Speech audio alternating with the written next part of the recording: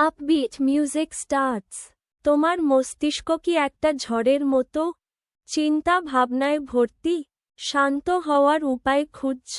রাতে জার্নালিং এর চেয়ে ভালো আর কিছু হতে পারে না। এটা তোমাকে স্মার্ট ও শান্ত দুটোই করবে। কিভাবে? চলো দেখি। প্রথম ধাপ, একটা নোটবুক আর কলম নাও। দ্বিতীয় ধাপ, রাতে ঘুমানোর আগে 5-10 মিনিট সময় রাখো। তৃতীয় ধাপ, সারাদিনে কি কি ঘটেছে সব লিখে ফেলো। ভালো লাগা, মন্দ লাগা, যে কোন ভাবনা, সব। চতুর্থ ধাপ, তোমার লক্ষ্যগুলো লিখো। কি করতে চাও, কিভাবে করবে, সবকিছু।